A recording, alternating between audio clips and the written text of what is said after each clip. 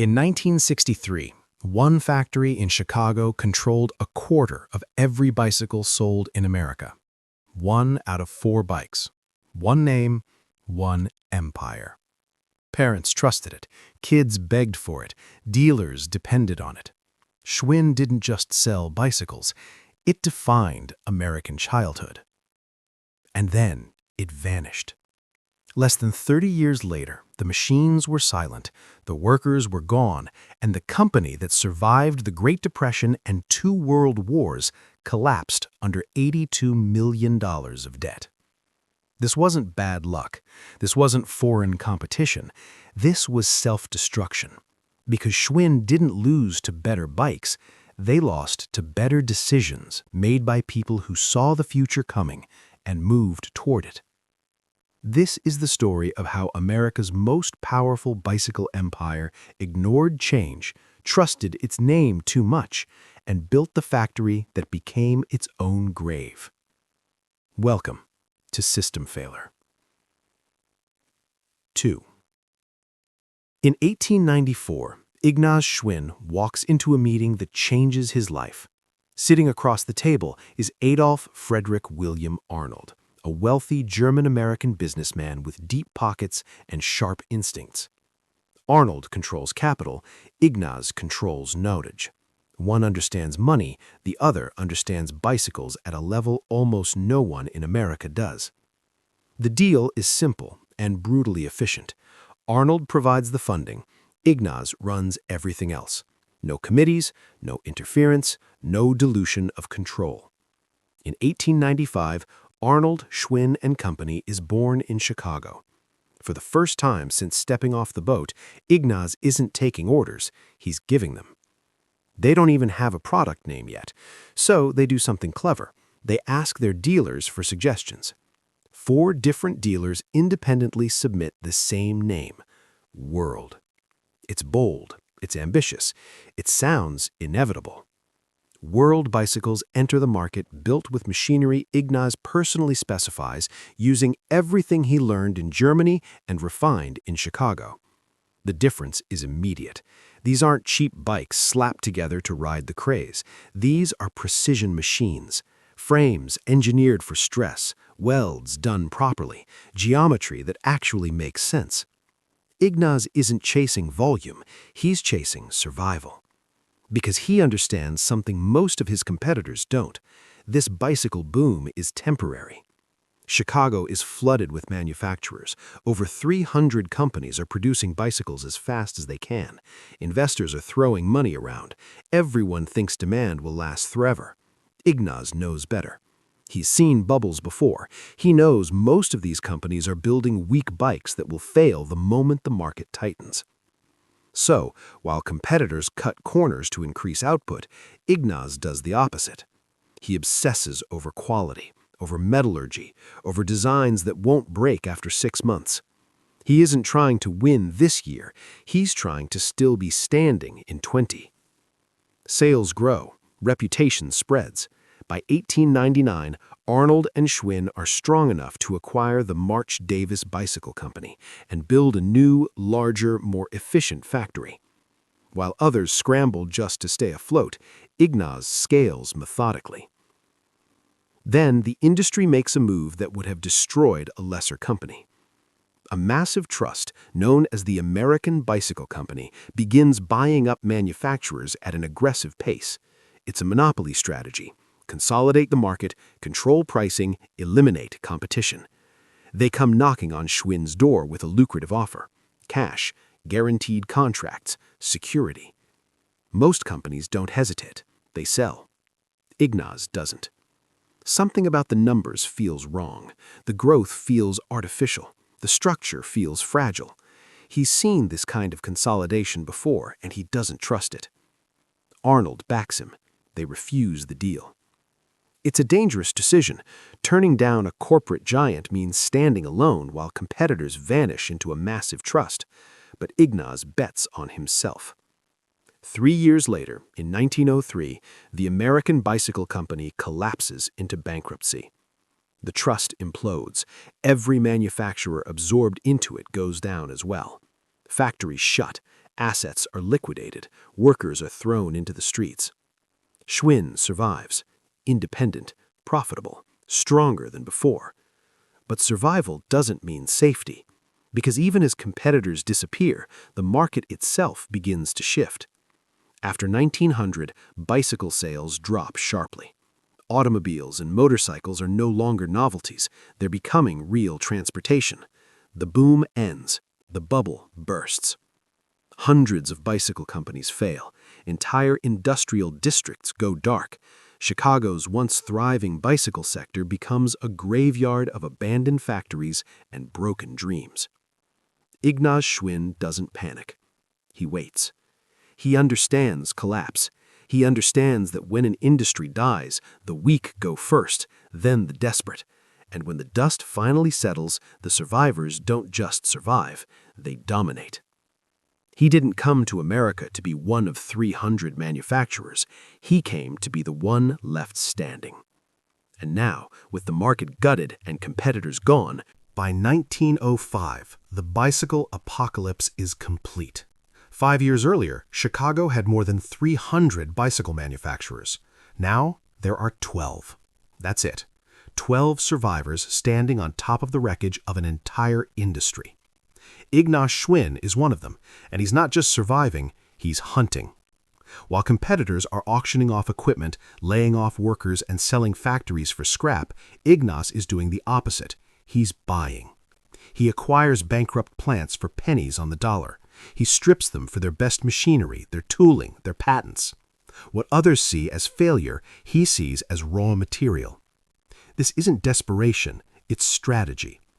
By consolidating the remains of the industry, Schwinn quietly absorbs an entire generation of manufacturing capacity. By the end of the decade, the company operates one of the most advanced mass-production bicycle facilities in America.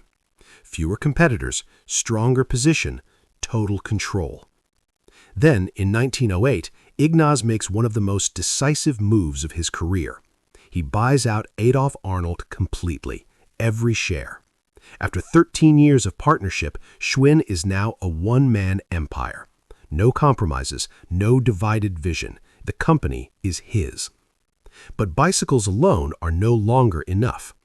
The adult bicycle market is shrinking fast. Cars are taking over.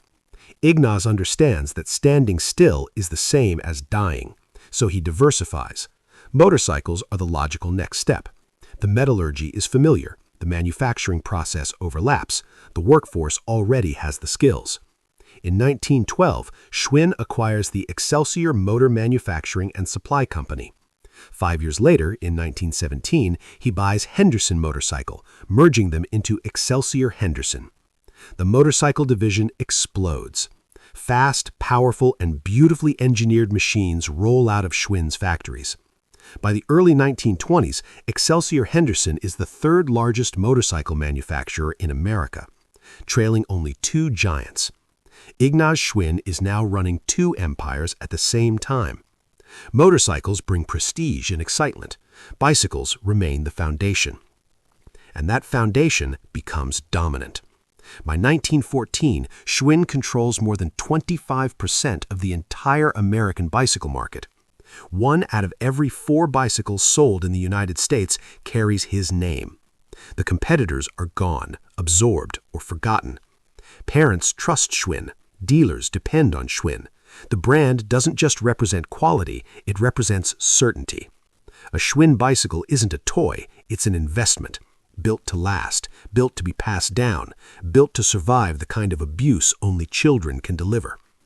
Ignaz has done what few industrialists ever manage. He's built trust at a national scale. Then something else happens, something that matters more than profits. Ignaz's son, Frank W. Schwinn, joins the company. He isn't a figurehead. He's grown up on factory floors. He understands the machines, the dealers, the customers.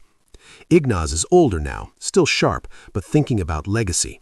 Frank represents continuity, the rare second generation that understands what made the first one succeed. Through the 1920s, Schwinn runs at full capacity. Bicycles are stable, motorcycles are booming. The empire looks untouchable. Ignaz has survived an industry collapse, crushed competitors, and diversified successfully. Everything he predicted has come true. But survival isn't immortality, and the next challenge isn't coming from competitors, it's coming from the economy itself. In 1929, America is about to collapse.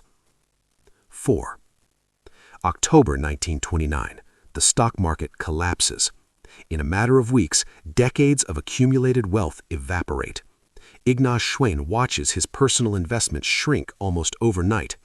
He isn't bankrupt, but he knows what this really is. This isn't a recession, this isn't a correction, this is economic catastrophe. While most businessmen convince themselves things will bounce back, Ignaz sees the truth early. By 1931, unemployment is exploding, banks are failing, factories across America are shutting down. People aren't buying motorcycles anymore, they're trying to afford food. That's when Ignaz makes the most controversial decision of his life. He calls a meeting with the leadership of the Excelsior Henderson Motorcycle Division. The book orders are full, demand still exists, the business is profitable. Engineers expect expansion plans. Instead, Ignaz walks into the room and shuts everything down, immediately. No phase-out, no slowdown, no compromise. The entire motorcycle operation is terminated on the spot. The room is stunned. Managers argue, engineers protest. This is the third largest motorcycle manufacturer in America.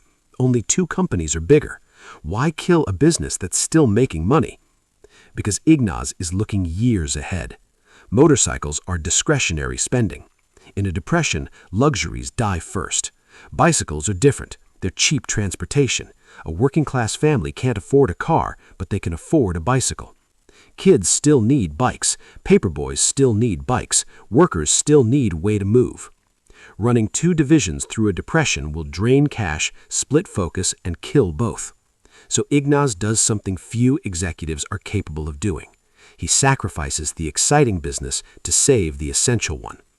By September 1931, the Excelsior Henderson factories fall silent. Machines shut down. Workers are reassigned or let go. It's brutal, it's painful, and it's exactly the right decision. Frank W. Schwinn, now in his mid-30s, takes over full control of the bicycle division.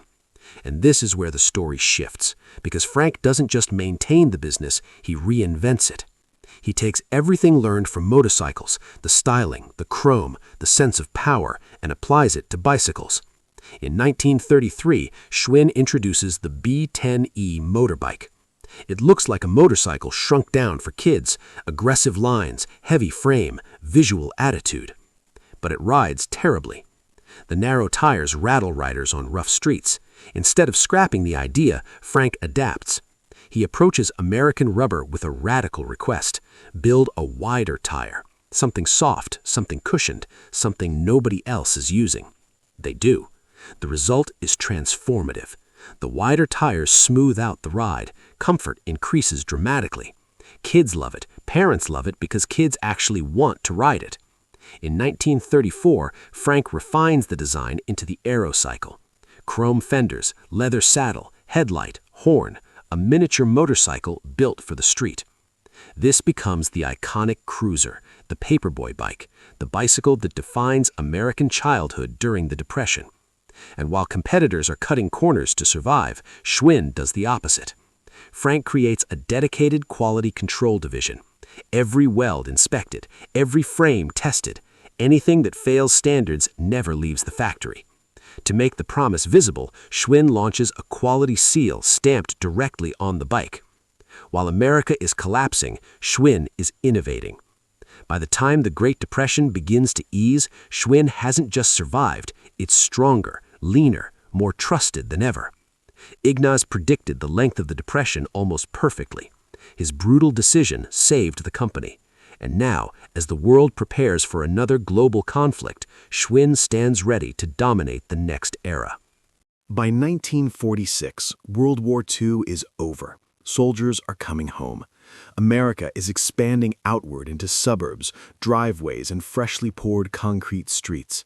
Families are growing fast. The baby boom has begun, and every one of those children will want the same thing at some point: a bicycle. Schwinn enters the post-war era perfectly positioned. The brand is trusted, the factories are running smoothly, demand is about to explode. And for a moment, it looks effortless. Schwinn dominates the American market almost by default. But then something unexpected happens. In 1946, bicycle imports from Europe surged tenfold. Nearly 50,000 bikes flood American ports in a single year, and most of them come from England. These bikes feel different. They're lighter, faster, equipped with multi-speed gearing. Compared to the heavy American cruisers, they feel modern, athletic, refined. Adults notice. Schwinn responds cautiously. They produce lighter models, they add gears, but they refuse to abandon their core identity: wider tires, heavier frames, durability over speed. It works, but it's defensive, not visionary. The real revolution doesn't happen in design. It happens in distribution. For decades, American bicycle manufacturers have sold wholesale to department stores: Sears, Montgomery Ward, JCPenney. The stores slap their own private labels on the bikes and sell them under house brands. It's easy, high volume, no marketing effort required. Frank W. Schwinn sees the flaw immediately. When you sell through department stores, you lose control, you lose pricing, you lose identity. Your product becomes interchangeable. A Schwinn becomes just another bike on a rack. So Frank makes a radical decision that shocks the industry. Schwinn will no longer sell under private labels, ever. The bikes will only be sold under the Schwinn name, exclusively through independent bicycle dealers. The only exception is Goodrich tire stores, which aren't traditional retailers. This is a massive gamble. Department stores offer instant nationwide reach and guaranteed volume. Walking away from them means rejecting the easiest money in the industry. But Frank isn't interested in easy. He's interested in control. Schwinn builds a dealer network unlike anything the bicycle industry has ever seen. Independent shops are offered protected territories, factory support, and the power of the Schwinn brand. In exchange, they commit fully. No private labels, no rebranding. You sell Schwinn or you don't sell Schwinn at all. Hundreds of dealers accept the deal. And it works. By the late 1950s, Schwinn controls pricing, presentation, and customer experience across the country. When a parent walks into a bike shop and asks for advice, the answer is simple. You want a Schwinn. Back in Chicago, the factory runs non-stop, 3 shifts, 1,800 workers, over 1 million bicycles per year. Quality control is obsessive because the entire system depends on trust. A broken Schwinn doesn't just hurt a customer, it damages the dealer network, it collapses the brand. For over 2 decades, Schwinn holds at least 25% of the American bicycle market. 1 out of every 4 bikes sold in the United States carries the name. This is the golden age. Everything works: manufacturing, distribution, marketing, reputation. Schwinn isn't just the biggest bicycle company in America, it's the most powerful. And it feels unstoppable. Which is exactly when the next revolution begins. Not in boardrooms, not in factories, but in suburban neighborhoods driven by kids with hacksaws, welding torches, and imagination. 6. In the early 1960s, something strange starts happening in Southern California. Kids aren't riding bicycles the way Schwinn designed them to be ridden. They're cutting them apart, swapping wheels, welding on long banana seats, installing towering handlebars they call ape hangers. They're turning ordinary bikes into miniature choppers, copying the custom motorcycles their older brothers are building in garages. It's chaotic, it's loud, and it's spreading fast. Al Fritz, Schwinn's director of research and development, sees it firsthand during a trip to California. He watches kids popping wheelies, racing each other, showing off their homemade creations, and he immediately understands what management doesn't. This isn't a fad. This is the next generation expressing itself. Fritz rushes back to Chicago and pitches the idea. Build this bike, mass produce it, capture the movement before someone else does. The reaction from executives is laughter. The design looks ridiculous. It's impractical. Parents will never buy it. Fritz refuses to let it die. He pushes relentlessly until Frank Schwinn agrees to a quiet test. No catalog placement, no advertising push, just limited dealer sales to see what happens. In 1963, the Schwinn Stingray hits the market. It looks like nothing else. Short frame, high-rise handlebars, a long banana seat, small rear wheel, bright, unapologetic colors. It's designed for wheelies, for showing off, for standing out, and kids lose their minds. Sales explode immediately. Between 1963 and 1968, Schwinn sells nearly 2 million Stingrays. 2 million! It becomes the best-selling bicycle in company history, outperforming every cruiser, every lightweight, every model Schwinn has ever produced. The Stingray isn't just a product, it's a cultural icon. If you grew up in middle-class America in the 1960s, you either owned one or desperately wanted one. It's in every driveway, in every garage, in every photograph of kids playing in the street. Schwinn leans in hard. In 1965, they released the fastback model with a slick rear tire inspired by drag racing. In 1966, they add a stick shift mounted on the frame like a muscle car. It doesn't matter if it improves performance, it looks powerful. That's what kids want. Then, in 1968, they take it to the extreme. They launch the Crate series, the Orange Crate, the Lemon Peeler, the Apple Crate. Over-the-top designs inspired by California dragsters, 5-speed stick shifts, chrome everywhere, front drum brakes, premium components. These bikes aren't cheap. They cost more than double a standard Stingray, and kids still beg for them, save for them, work for them. Schwinn sells around 150,000 crates per year at peak. This is Schwinn at maximum power. Design, manufacturing, distribution, and marketing are perfectly aligned. Competitors rush to copy the formula, but they're too late. Schwinn owns the category. By the early 1970s, the Stingray phenomenon begins to fade. Trends always do. But the damage, or success, is permanent. Schwinn has just ridden the greatest wave in its history. And that success blinds them. Because while Schwinn is celebrating its dominance, the world is changing again. Adults are starting to ride bicycles for fitness. Off-road riding is emerging. Lightweight European and Japanese bikes are gaining traction.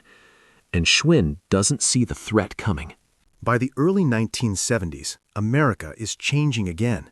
This time, it's not kids driving the shift. It's adults. Jogging becomes a national obsession. Gyms start popping up everywhere. Exercise is no longer niche, it's cultural. And bicycles are suddenly more than toys. They're fitness machines, commuter tools, weekend escape vehicles. Demand explodes. But the bikes people want are not the bikes Schwinn is built to produce. European road bikes flood the market. Lightweight frames, thin tires, drop handlebars, multi-speed drivetrains designed for speed, not durability. Japanese manufacturers enter with precision engineering and competitive pricing. These bikes weigh nearly half as much as traditional American cruisers. They feel fast. They feel modern. Schwinn's response is cautious, almost dismissive. They add gears, they tweak styling, but at their core, they keep building heavy frames designed decades earlier. Tanks, not sports cars. The warning signs are obvious. Schwinn ignores them. At the same time, something else is happening far from corporate boardrooms. Kids take their Stingrays off pavement and into dirt lots. They race them, jump them, crash them, reinforce them. A new sport is born almost accidentally. Bicycle motocross, BMX. It's loud, dangerous, and spreading rapidly. New companies appear specifically to serve it. They design reinforced frames, knobby tires, components built to survive abuse. Schwinn looks at BMX and sees liability, lawsuits, broken bones, a niche fad that doesn't fit their family-friendly image. So they stay out. Others don't. BMX explodes. Organized races, sponsorships, national attention. Schwinn watches from the sidelines as an entire category forms without them. Then comes the moment that should have changed everything. In 1974, a rider takes an old Schwinn Excelsior frame from the 1930s, modifies it with gears, better brakes, and rugged tires, and rides it down mountain fire roads in California.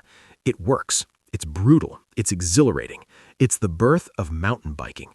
The concept is brought directly to Schwinn's engineers. They laugh. Why would anyone ride a bicycle in the dirt? That's not what bikes are for.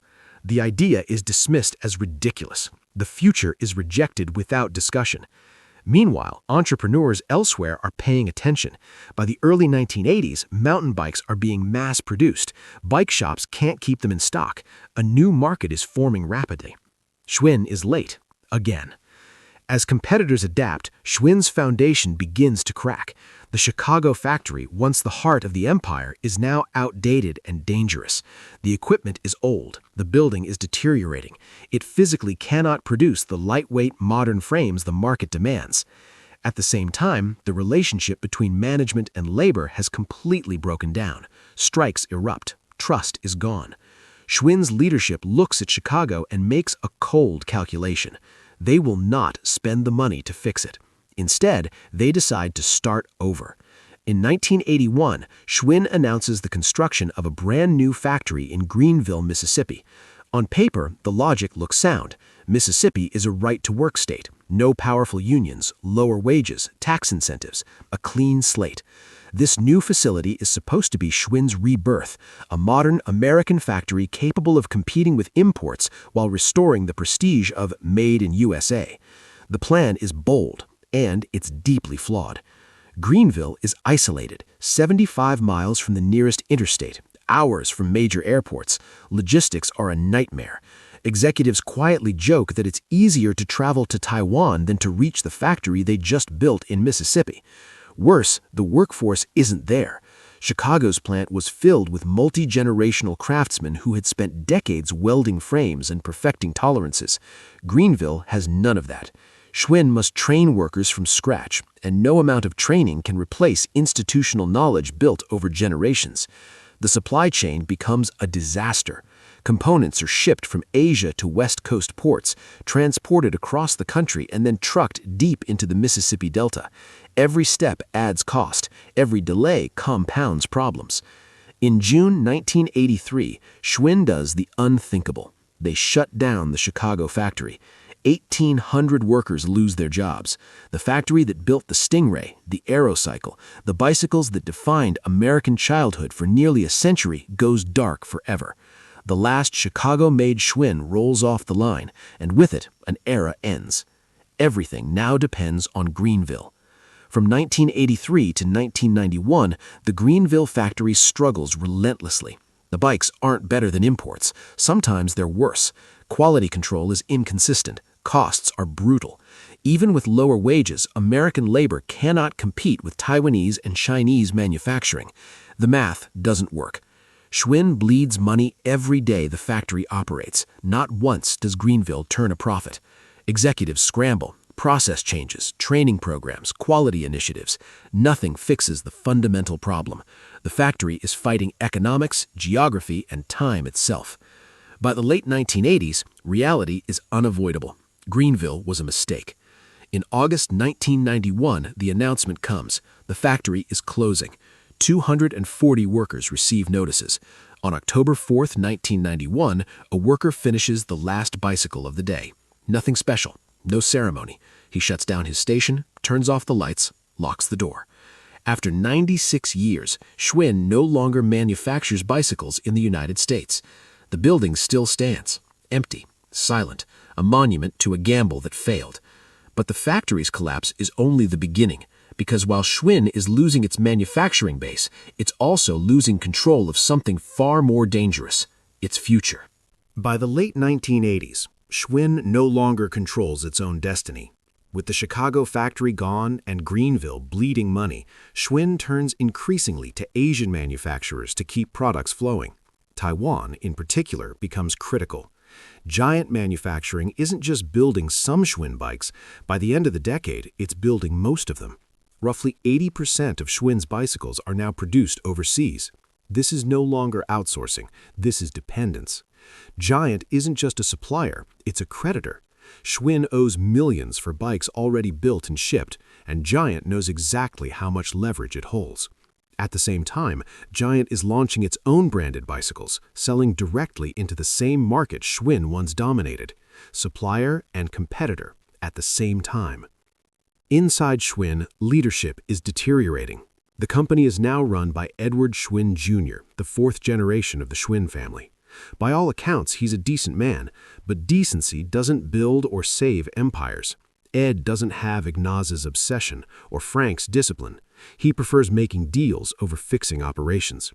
Experienced executives who understand manufacturing, distribution, and the bicycle market are pushed out or driven away, and they don't disappear. They walk straight into the arms of Schwinn's competitors. Trek hires them, Specialized hires them. Decades of institutional knowledge are handed to rivals for free. Sales collapse. In 1987, Schwinn sells 1 million bicycles. By 1991, that number drops to 500,000. By 1993, it falls to just 275,000. In 6 years, Schwinn loses nearly 3/4 of its volume. Warehouses fill with unsold inventory. Dealers lose confidence. Credit tightens. Banks see the numbers and pull back. Asian suppliers demand cash up front. No more credit, no more patience. Schwinn can't pay. The financial noose tightens rapidly. By 1992, the situation is catastrophic. Market share has fallen from 25% to just 5%. Total debt reaches $82 million. Losses pile up month after month. There is no turnaround plan left, no miracle coming. On October 7, 1992, Schwinn files for Chapter 11 bankruptcy protection. 97 years as a family-owned company ends in a courtroom. The collapse is messy. Creditors fight the Schwinn family trust over ownership of the name itself. Lawyers argue over the value of a brand that once defined American childhood. Assets are carved up, factories are gone, workers are gone, dealers move on. The empire doesn't fall in a blaze of glory. It is dismantled piece by piece. But even in collapse, the Schwinn name survives. Investors buy it, then sell it again. Over time, Schwinn becomes what it once would have despised: a logo, a label, a name stamped on mass-market bicycles sold in big-box stores.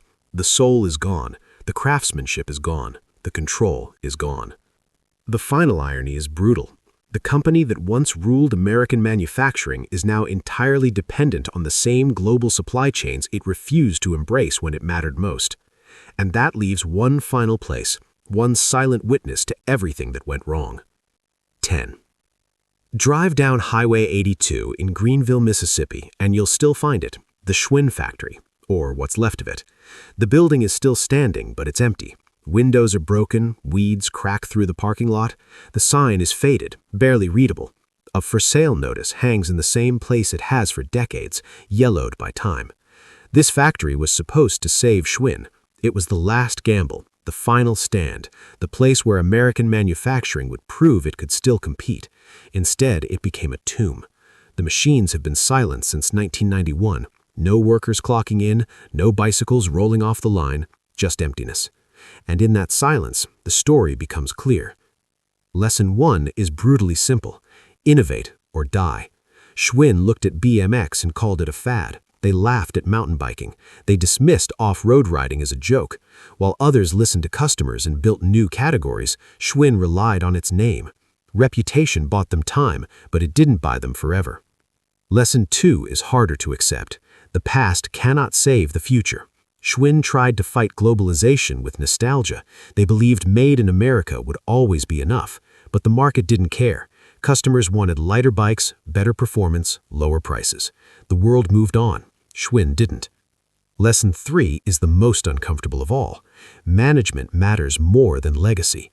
Ignaz Schwinn built an empire through vision and discipline. Frank Schwinn expanded it through control and innovation. The generations that followed lacked both.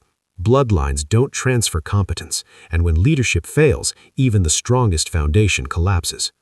Today, the Schwinn name still exists. You can buy a Schwinn at a big box store, but it's just a name now. The company that once defined American bicycles is gone.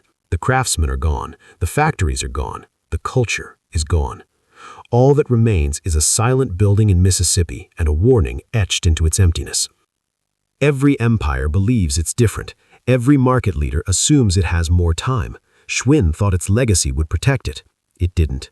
The market doesn't care about history. It doesn't care about nostalgia. It only cares about what you're building right now. Schwinn forgot that. and the factory where America's bicycle dream was built now sits silent, abandoned, and forgotten. This is system failure, and this is what happens when success convinces you that change no longer applies to you.